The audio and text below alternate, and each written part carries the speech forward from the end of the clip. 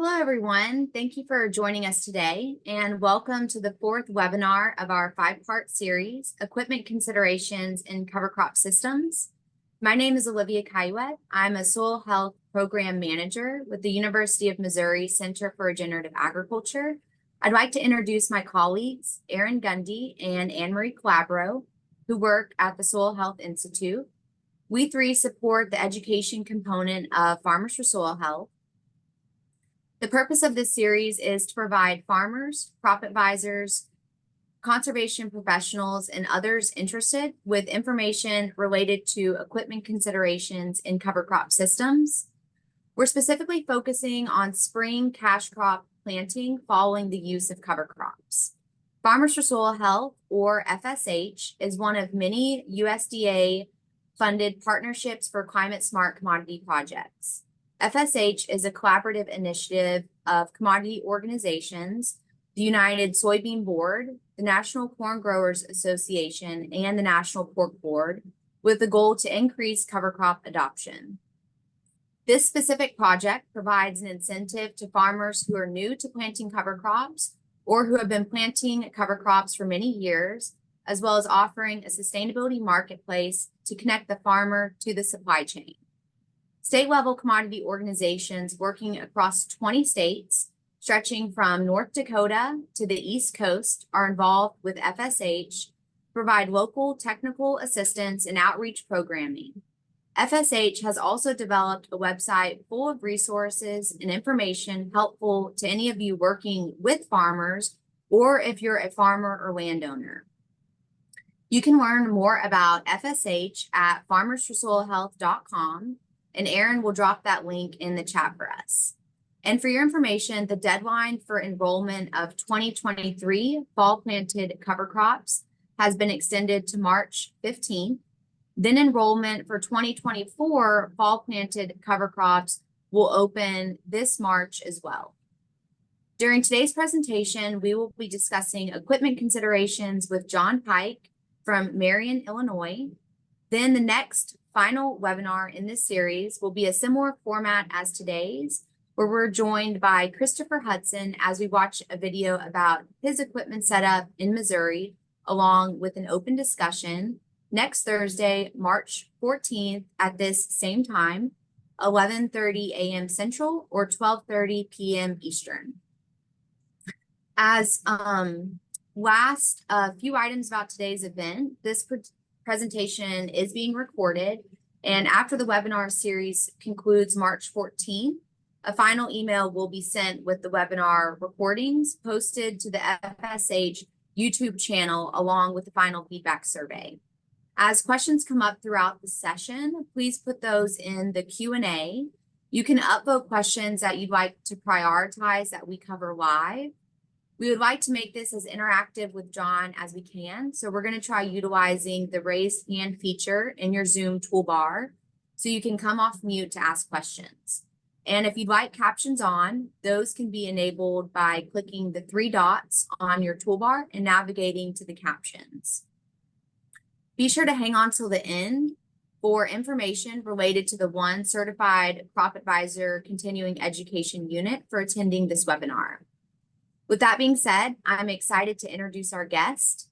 John Pike served as a research agronomist for the University of Illinois at Dixon Springs Research Station, focusing on nutrient management, soil fertility, and cover crops.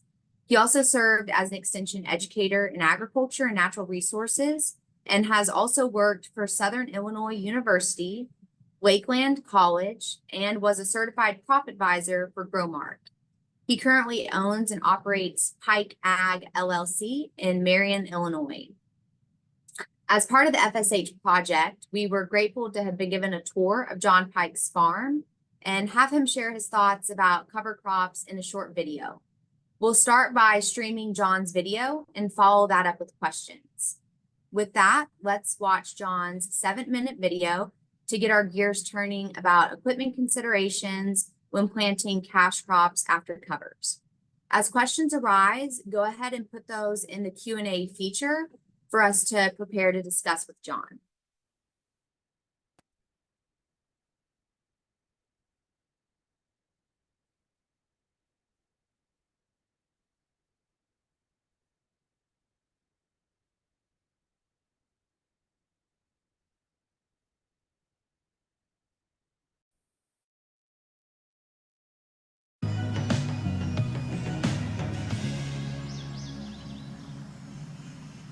I'm John Pike. We're here at Marion, Illinois, just a little bit south of town.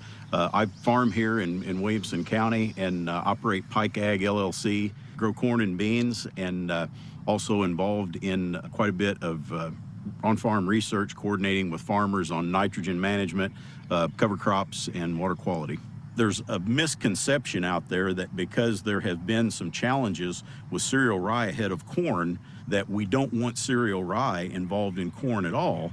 The erosion control benefit that we get out of that in the fall is something that we wouldn't get if we had just a solid seeding of a legume, because it's not going to have the root development early on. So we want to have that cereal rye or an annual ryegrass or maybe both in a mix with the legume, but then we've got some options about how to handle that before we plant the corn. In the field behind me, where we see pretty much a primary stand of hairy vetch alone, we wouldn't have that hairy vetch to look at had it not had cereal rye in the mix, because it was very cold here for about a week stretch back in the winter, coming out of single digits, and to have the grasses in there helps with winter survival of those legumes. So it's important that we have that good mix for several reasons, but we don't want to let that take over. So in this case, I've sprayed the field with a selective grass herbicide to remove the grasses from the cover crop mix, to just leave what you see growing now, and we're ready to plant into it just as soon as it dries up after the recent rain. What we have here is an example of the cereal rye that would be growing in this field had I not terminated it early. So you can see that with that mixed in with all of the vetch and the clover, what additional biomass that this would grow. And the biomass has its benefits, but it can be an extra challenge, especially for entry-level or just learning beginning cover crop systems. But by terminating it early, we can kind of see, this is the stage of the cereal rye that's dying off. So it was killed at this level. So we've got all the nutrients from here up that have been removed from the soil in this. And if we plant corn into this mix, we're not going to have a quick release and quick availability of those nutrients. So when we're ready to plant, we're just planting into the legume biomass that has a very low carbon to nitrogen ratio. So we're setting ourselves up from a nutrient management standpoint in a better way to establish a new corn crop and begin to supply the nitrogen fertilizer to that crop.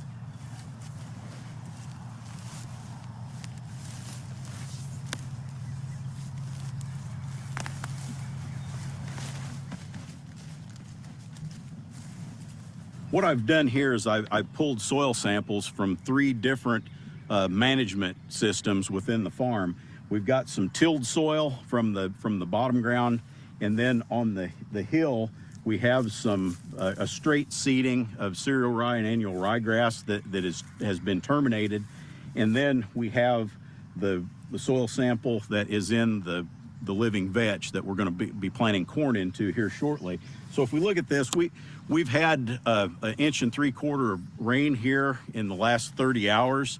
It's too wet to plant, but we can learn things by looking in the times that we can't be doing field operations. So what we've got here in the tilled example, we've got a mud ball. So we can do that. We can even, it's a high clay soil, so we can almost just ribbon that out. So it's very wet. There's no way that we could think about doing any tillage in this for several days. And if we had a seed that was planted in this before that rain, that it's so saturated in the top couple of inches that it's just not a good growing environment for a germinating or a newly emerging seed. And if we look at the next example here, where we've got just a grass cover crop, and this sample was taken 30 feet away from the tilled example across the lane, and we can see the differences in this soil. So we've got how that breaks up, and even right at the surface. So this would be the top layer just right above where we would be planting corn, and we can look at that and how the difference of that soil that will crumble 30 hours after an inch and 3/4 of rain. But if we look at the next sample here that was taken out of the field behind me, that we still have a green growing cover crop on it, and just because it's the legume there, we can take this, and if we break that open and see what's going on, you know, it's just a total good soil aggregation. And I would maybe be able to think about planting this tomorrow afternoon with this good sunshine and heat that we're getting today. But you know, we've got some worms right off of the bat. You know, we've got the equipment that we can plant effectively into cover crops in high residue. We've got all kinds of add-ons to planters that would allow us to do things and deal with any type of residue that we could come across. So, you know, we've got everything to our advantage. It's just a matter of putting together a plan for our particular operation to find out what works the best. And we can ease into it so we don't have to make substantial outlays of cash and equipment trading right off the bat, as we've got the proper planning going forward.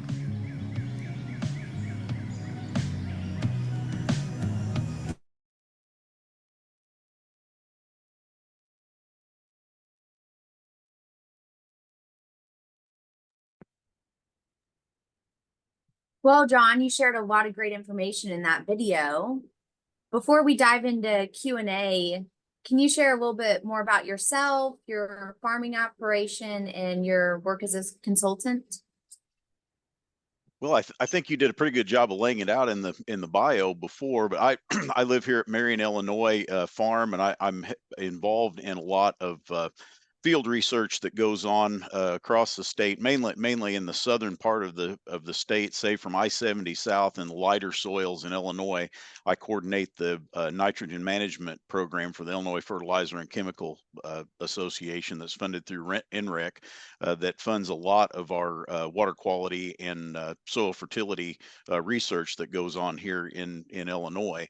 So I'm involved in that. I work on about 25 farms, setting up field research across southern Illinois in any given year, and then also farm our family farm here. And it's not an expansive acreage by any means, but I do things at field scale and do some plot work here, and also do some demonstrations and have field days and things around to kind of show what I'm doing in other areas, and try to focus on more of the beginning stages. I think I'm lucky to work with several farmers around the area that have been involved in cover crop and no-till systems for 20 years plus, and get to experience some pretty advanced techniques, some really high-end equipment, and some really neat stuff like that. But I think where a lot of the interest is now, and some of the challenges, is for new adoption with some of the water quality issues that we're facing with nutrient management, as well as some participation in cover crop programs and other opportunities around. So I enjoy what I do, and glad to be here today. We're excited to have you on. And to kick things off, in your video, you compared soil from 3 different management scenarios. Can you describe what the equipment and management differences are and why you're managing them each in that way? Well, I think from an equipment standpoint, I come at it from a pretty simple standpoint. I don't have all the bells and whistles on my planting equipment, so I try to develop management practices that allow me to work with what I've got. And from the tilled standpoint that I showed there, you know, that's fairly common around and doesn't take a lot of different things. But once we get into residue management and dealing with different degrees of cover crop residue and types of cover crop residue, whether it's a legume or grasses, presents different challenges to that. And I think that looking at what you've got to work with and making the system work for you without completely changing what you're doing right off the bat is important. And I think that in my case, I've proven that that's very possible to take a conservative approach to cover crop management and getting a little bit more aggressive as we gain confidence with our management techniques and some of the things that we've observed in our on our farm and the soils, and kind of working from there. So from an equipment standpoint, I think that it's I'm doing what we're seeing in the video with very common equipment. I've got a John Deere 7200 planter, 12-row system that's a vacuum planter, and really the only addition that I've put onto that is some uh, rubber spike press wheels to allow me to get the seed furrow closed. The other thing that I pay real close attention to planting into the no-till and the cover crop systems is to make sure that I keep my disc openers sharp and replace those more often than I would maybe if I was just working in a tilled system. But to be able to cut through that residue and get a good seed trench and get good soil contact, and to get that seed trench closed is the critical aspects that I'm looking at in getting into my entry level systems to manage cover crops more effectively. I think that's a really helpful piece of advice. And the idea of, these more experienced cover crop users, they didn't get there overnight. They have gained these skills over time. And thinking of residue management, what is the typical timing of your grass termination in the mix with cereal rye? That depends on any given year. I think that's one thing to keep in mind for new adopters or people that are just taking the first steps into this, that not every year is the same, and to look at calendar dates is probably a disservice rather than looking at the moisture conditions at a given time in the year and the stage of cover crop development, because the planting time of the cover crop in the fall, the moisture conditions then, and then when it warms up in the spring and the cover crop greens up, is going to vary from time to time. So that's going to uh, have some influence on our management strategy. So in the case that I showed there, where I was terminating the grasses out of that stand of hairy vetch that was in the field there, that was done in early April, around the 10th. In last year, it was very dry at that time, or drier than normal, and but we did have an early warm up, so the cover crop was probably a little bit farther along than what it might have been in other times. So this year things are warming up, so I'm looking at that same time frame as kind of an aim to be ready to start. But some years, if it's a cold spring when things are slow to warm up, it might be a better plan to wait and do those things in later April, depending on what the conditions are. So we've got to maintain some flexibility. Yeah, that's really helpful thinking about, how dynamic it is with the environmental conditions. When we're talking about termination, can you explain some of the termination methods that you've used and how that decision impacts the subsequent planting of cash crops? Well, with beans that I plant into cover crops, a lot of times I will let the cover crop get bigger to where I can take advantage of that cereal rye and annual ryegrass residue that I'm dealing with in my cover crop mixes to help with weed suppression over the summer. But with corn, I'm more likely to take that out of the mix, so I don't have to deal with extra nitrogen being taken up by that cover crop.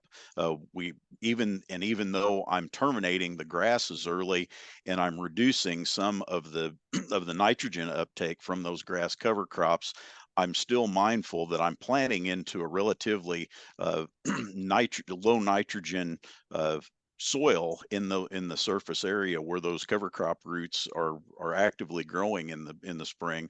So I do make sure that I get on a good amount of starter nitrogen for my corn to get that corn up and going, because there's a delay in the time between termination and when the nitrogen that is in that cover crop becomes available into the soil. And depending on the species, the carbon nitrogen ratio of the biomass that we're working with, that all varies. But those are things that we have to keep in mind. But just because we have a legume in that particular field example that is supplying a lot of nitrogen in that growing year, to plant into that nitrogen isn't always available right then. So there is some starter nitrogen involved in that. So that's the biggest strategy that I'm looking at with my corn, is to make sure that I'm managing my water and my nitrogen issues to the best of my ability, given the season that I'm working with. And you touched on this a bit, but we had a question come in. Have you successfully used cereal rye alone as a cover crop ahead of corn? If so, what pointers would you have for growers to make it work? I can say that I have done that. It's not one thing, it's not something that I would plan for in my situation. I think that we've got some options with planning to get other things involved in a more diverse mix than cereal rye. I think that if cereal rye is the only option that we have, and that's what we're left with in the spring, I want to make sure that I terminate that early and I get a good shot of starter nitrogen on that, where the plant has a lot of nitrogen available to coming up. And by that, I mean, we probably want 50 to 70 pounds of nitrogen on at planting, either with the planter or in some type of a broadcast application of, probably, I would prefer dry fertilizer over the liquid broadcast, just to make sure that's readily available. But in my mind, if we can do anything that we can to stay away from having cereal rye only ahead of that corn crop, that's going to be a benefit. It's not that it can't be done, and I know that there are some farmers and in some areas that's they're managing that effectively, but I think in most areas there's other options. And I think that one of the important things is to think of is that I don't want to have my first go with cover crops be ahead of corn. There's a strategy to get the systems going out in a field or on a particular farm, and if I can plan to my initiation of that cover crop system into the field, I would want to first plant cereal rye after a corn harvest and get that cereal rye established. We've got a wide window of application or planting time for the cereal rye when we know we're going to have some cover in the spring. No-till beans into that, and when I plant my no-till beans into that cereal rye, have a plan in that bean crop to make the planting of our cover crop that's going in that fall easier. So plant an earlier soybean variety, or maybe try to get that field planted as early as possible so I can widen that window in the fall to have enough time to effectively plant a cover crop that's got some clover or vetch or other brassicas or something else besides cereal rye involved in that, to sort of offset that. So, that's a long way around, but I think that anything that I can do to stay away from planting corn into cereal rye, I'm gonna do. And I think that those things would help. But if that's what I'm stuck with in the spring, I want to make sure that I terminate that early and have plenty of nitrogen out there in that field to plant into, because that's setting up for the best case scenario with the conditions that we're working with. That's really helpful, that strategy, especially for those new adopters. And thinking about strategy, we had a question come in from Charles, who's wondering, what's your seeding method for the hairy vetch? And are you having any issues of hard seed of hairy vetch? I drill all of my cover crops to this point. I'm interested to try some aerial seeding with a drone, maybe 2 weeks ahead of harvest. So that's something that I'm looking for this year.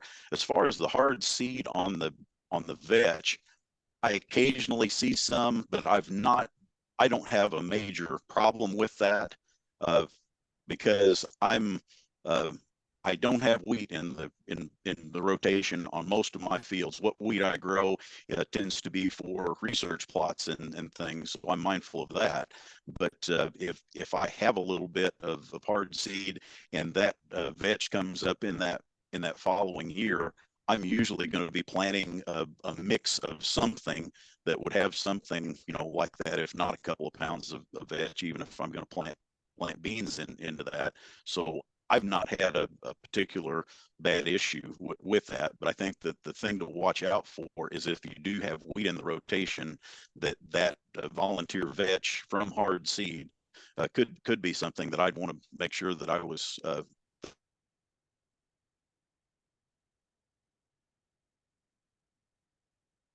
That's very helpful, John. I think he had to step away for a second.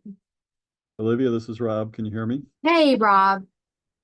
Yeah, I just was typing in. This is Rob Myers, University of Missouri, and just typing in through the cover crop breeding network that's been working on a variety of cover crop species. There will be some soft seeded varieties of hairy vetch coming onto the market. Probably in 2 to 3 years, they're going into the process of getting the seed supply increased right now. So they've been able to do that through just kind of not doing GMOs, but through studying the germplasm and understanding what the genes are that affected hard-seeded characteristics in hairy vetch. So I think this is going to be a very positive step for being able to use hairy vetch in a wider range of situations, especially for farmers that have wheat in their rotation. That's super helpful, Rob. Thank you for sharing that.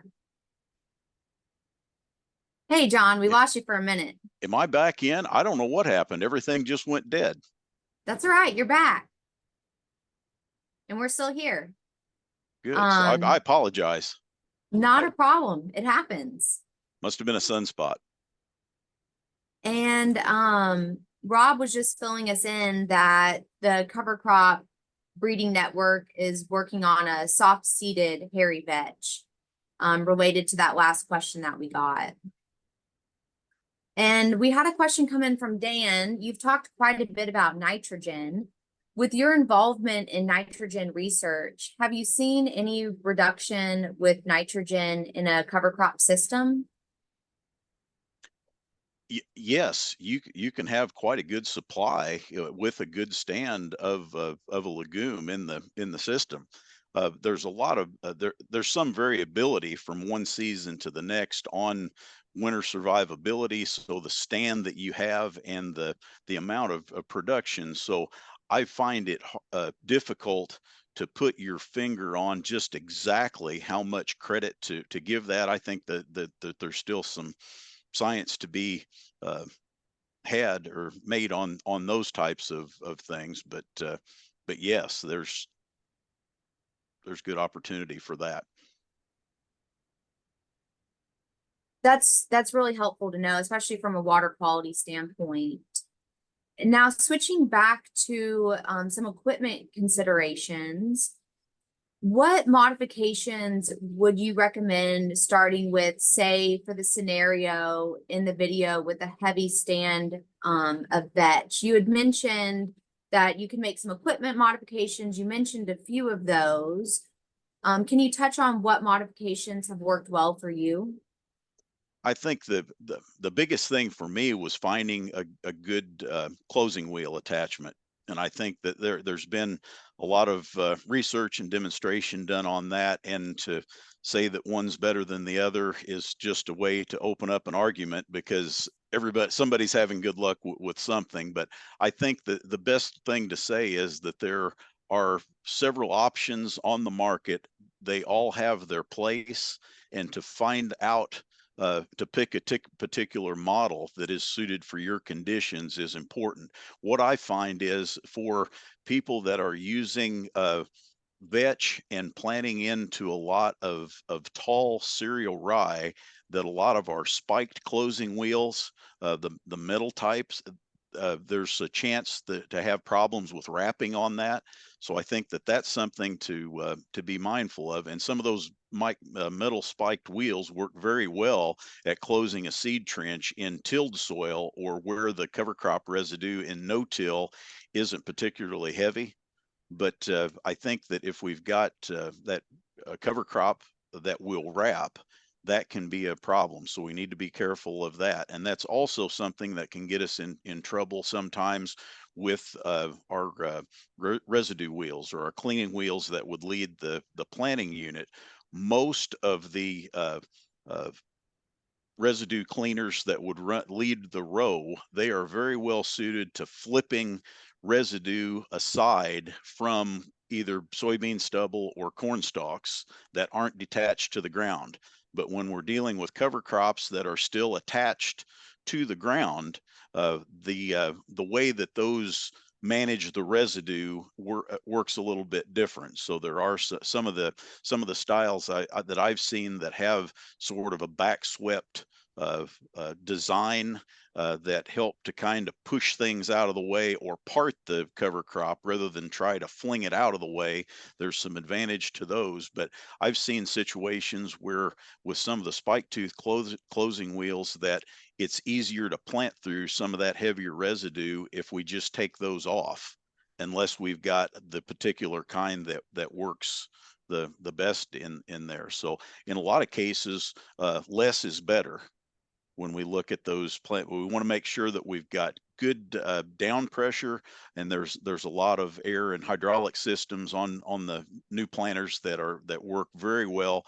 But you know, if you have heavy duty down pressure springs on a planter that doesn't have that, you can still get good results from that. But you want to be very sure that you've got keep good sharp disc openers on that planting unit, and then be sure that you've got the ability to close that seed trench, because that's what I find that leads to a lot of problems is that if we don't have that seed trench closed and we get a rain right after planting or as that corn seed is germinating and right before we get emergence in that first flag leaf up, that slit or the seed trench that's not closed is the point of least resistance for rainwater. So even with a relatively small rain event, we can almost create flood conditions within an open seed trench that can lead to some germination problems and stand issues that we don't want.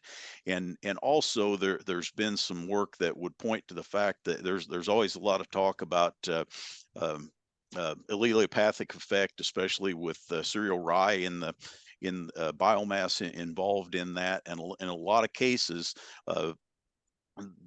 we would think that the rinsate of rainwater rinsing through decaying or decomposing rye, as that rinsate has access to soak into that planting trench, that can be one of the biggest contributing factors to allelopathy, rather than just planting into a field that has had cereal rye roots involved in that.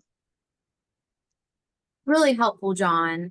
We had a question come in from Rob. I can certainly read your question, Rob, but I'm wondering if you're able to come off mute to ask John. Sure. Yeah, John, great information. I found it interesting what you're doing, and I think you've been a real innovator in this, spraying a grass herbicide on an overwintering cover crop like cereal rye, but then allowing the legume to keep growing. So in other words, you're not using glyphosate that would kill the mix of cover crops. You're trying to give that legume more time to grow with less competition from that grass cover crop. Could you talk a little bit more about how you do that, why you do it, and any impacts that has on your planter settings? Sure, I'd be glad to, Rob. I uh, I think that in my strategy, and I can't take credit for that, I have learned that in working with some some farmers that have done this for a long time, and I think that that's one thing that we need to learn from those that have had success and demonstrated that on the farm. And I think in a lot of cases there's probably more success to be demonstrated to learn from that's going on farm situations than some of the research we see coming out of universities. Because and it's not that the universities are behind the eight ball on things, it's just that there's been a lot more development in the cover crop management on that's come about on the farm than there has been in some of our research farms.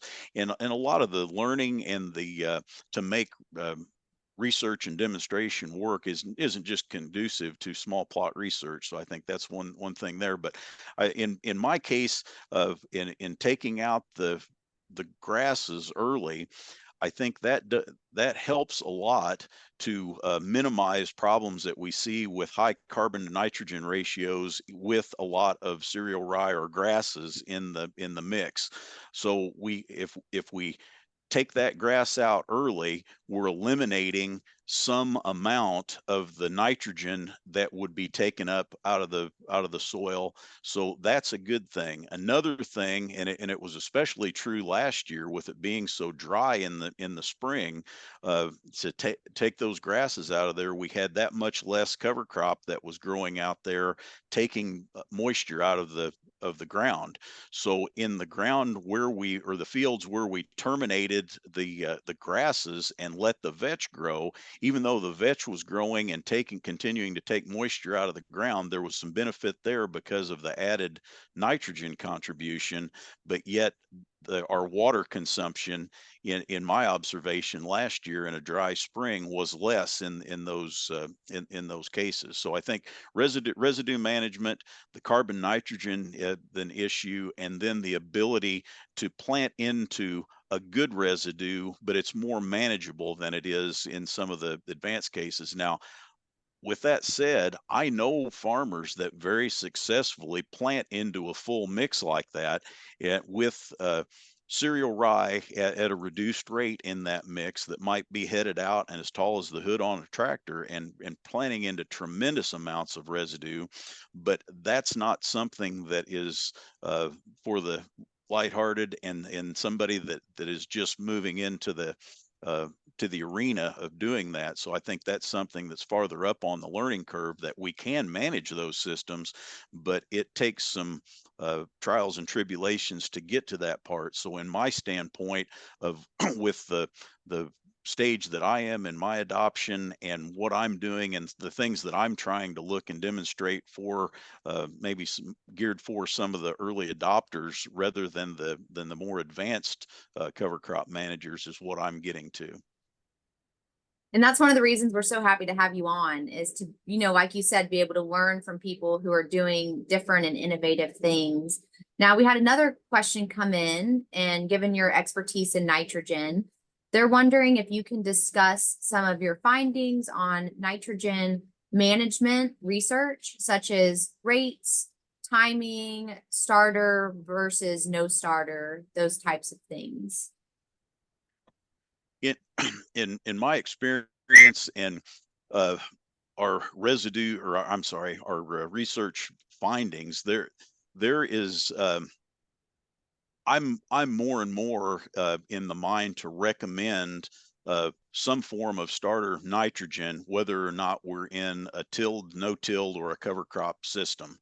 And I think that what I've observed across a big area of the state, and even up into the central part of the state, a lot of times in recent years, it seems like we have been fortunate enough to get an early run on planting to get a lot of acres covered relatively early in the spring. And the early planting time is a benefit, but those good planting windows have been frequently followed by a pretty significant rain, maybe a couple of inches. And then after that rain event, it will turn off cool for 10 days or 2 weeks while the corn is trying to emerge through that. So we go from planting into warm soils that are in very good conditions to plant into that. and then those soils turn into wetter, colder environments that delays our emergence in the tilled systems and no tilled systems alike. And I see a lot of yellow corn that's coming out of the ground. And in those cases, that corn is not going to have a good amount of nitrogen within access to the roots until side dress applications come in. So if we don't start with some starter base of nitrogen out there, whether it is put on with the planter or some ammonium sulfate or maybe ammonium sulfate and urea mixed to some point with the nitrogen that would be in DAP or MAP to get that corn up and going, I can see a big benefit of that. So again, I think that in all situations, I'm leaning more to that recommendation all the time. But I think once we get into to no-till, it's a little bit more important because we tend to plant into cooler, more moist soils, and the plant corn or seeds just grow slower into that. So if we can have a nitrogen supply close by, that's important. And then as we move into the cover crop systems, I think it's vitally important that we have a good shot of nitrogen. And by that, I mean something in the neighborhood of 50 pounds, maybe to 70 pounds that is in close access, because that way we know that corn is emerging with access to nitrogen, and it's going to be competitive for quite a while. So that 50 pounds we found in a lot of the research that I've been involved with, we'll take a corn plant up to about V10 sometimes. So if we get delayed a little bit with our side dress applications or whatever our nitrogen application or management plan would be, we've got some fudge factor built in there to allow us timing to get that on so we don't go into deficiency. Another thing with total nitrogen, I think that is a kind of a moving target within a range,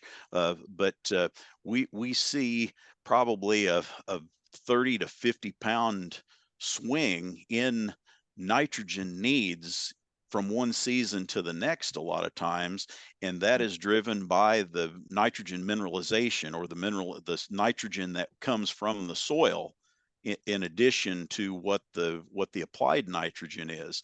So I think that with that in mind, we always need to make sure that we've got a good supply out there for the corn, and as we have the ability to delay nitrogen applications or maybe look to some later season Y drop or something, we can dial that in.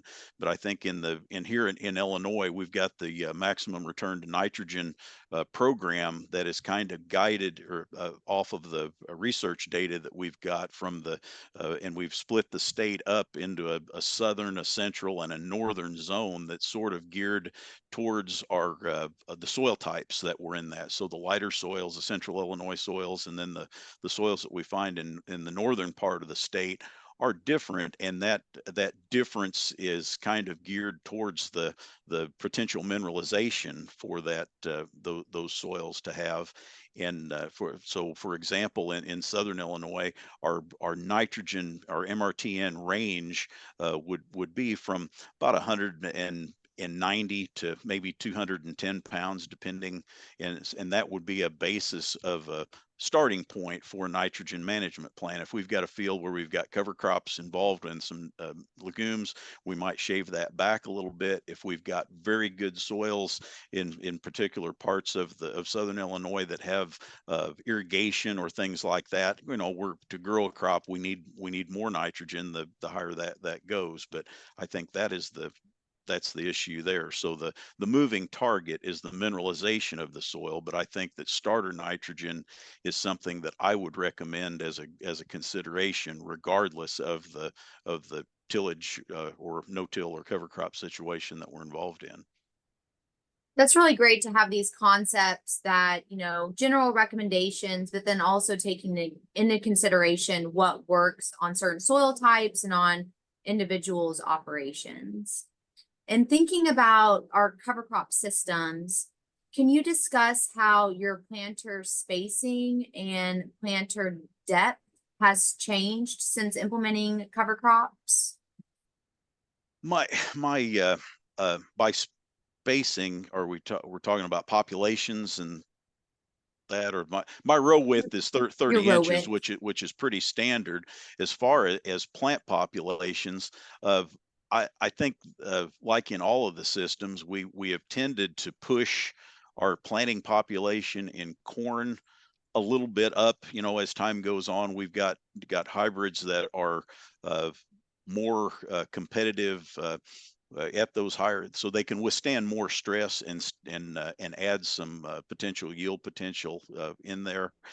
So the population standpoint isn't drastically different, but on the planting depth, that's is something that is a very important consideration, because when we're planting through residue like that vetch that was shown in the video, or if the grasses were still in there, so it would be more residue. When that planter gauge wheel goes across the field, there might be an inch of residue or more that it is going over. So the first time that we plant into something like that, it can kind of be an eye-opening experience, because we might set the planter setting might be set to plant an inch or two deeper than what we might in a conventional setting, but we're just having to adjust from that residue to get through the residue and then plant into the soil.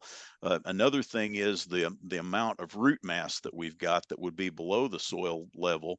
I always like to plant at half or three-quarters of an inch deeper once I get to the soil surface, above and beyond the residue. So I've got good soil that I'm planting into, and then enough soil on top of that, including the root mass that might be involved in the top half inch, and it can be pretty substantial at that time. So I want to be pushing soil together to get seed to soil contact. I don't want to be make sure that I don't plant so shallow that I'm just sort of pushing root mass back in that trench, because that will create some problems. So definitely you want to make sure that you get it planted deep and get it planted into the soil, and not just so much below the soil surface. So it makes a difference about what the root mass is that we're dealing with. And I had missed part of Kurt's question, specifically the planting depth in conventional till. Is there any specific consideration for that? Uh, I I think that's a standard enough issue that I wouldn't want to give any recommendation on exactly what that should be in conventional tillage, because what I consider to be a good fit for my soils may or may not be right for somebody else. And I know we've got a people from a large geography here that are listening Sure. to that, but I think in general that 2-inch depth is a good planting goal for about anything. But there are certain situations where if it's excessively dry, or we've got different soil conditions depending on where we're at, that we might plant a little bit shallower, or we might plant somewhat deeper than that. But I would hate to give a recommendation exactly on that somebody would follow and might not be the I right thing for totally them. understand. Absolutely. And then thinking about your operation, John, you had mentioned, this is variable on weather and soil moisture. Do you make planter modifications depending on the weather and soil moisture? And what do those look like? Really, really, other than my planting depth, not a whole lot of. I don't know that. Okay. It's not a good answer, but I Nope. think A that's no it. answer I is think an one answer. thing that I'm looking at, though, in this year, and knowing that what I learned last year in a dry spring, and seeing some of the impacts of things that I think with with my corn, my plan is to do a lot the same to where I've got cover crop. I'm going to terminate the grasses early. And if it's dry, though, I think that I'm going to tend to plant just right away, where in the past I've tended to maybe hold off a little bit to let the soils warm up a little bit more, and to let either my vetch or my crimson clover grow just a little bit more to maximize the nitrogen contribution from those legumes. And planting into a dry season like we're seeing right now, I'm going to tend to plant a little bit earlier and terminate everything earlier to conserve moisture, because the moisture issue in a big part of the area around where I am in southern Illinois, and pretty, far going up into Illinois and over into Missouri and Indiana and down into Kentucky and places, in where it's dry and has been since the fall of 22. If we dig a hole, it's dry down deep. So I want to do everything that I can, unless conditions change drastically, to conserve all of the moisture that I can going into this planting season. So doing that, I'm thinking that if things don't change, I'm going to terminate earlier than what I have in the past, because of the moisture being the main leading factor of my decision-making process this year. Well, this has been a really great conversation, John, and I appreciate, the innovations that you're working on, sharing your insights with us. I'll go ahead and close us out for this session. Thank you all for tuning in today, joining us with John. This has been a wonderful discussion. I'm really glad John could be on with us for this webinar to learn more about equipment considerations and cover crop systems. I am going to share my screen to remind you all about what's happening next week. We are going to be joined by Christopher Hudson out of Missouri at this same time, March 14th at 11:30 Central, 12:30 Eastern. Aaron has already dropped that link to register for the final webinar in this series in the chat. We're also able to offer a CCA CEU credit for joining this webinar. You can request the credit by scanning the QR code shown, or you can email me at oliviacaillouette@missouri.edu by this afternoon at 5 p.m. Eastern.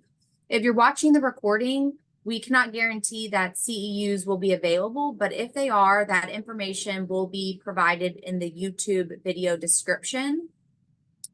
And last, after the webinar series concludes March 14th, you'll receive a follow-up email with a link to a survey, the webinar recordings, any other relevant information that we've discussed. Once this webinar concludes, you'll also get a short Zoom survey.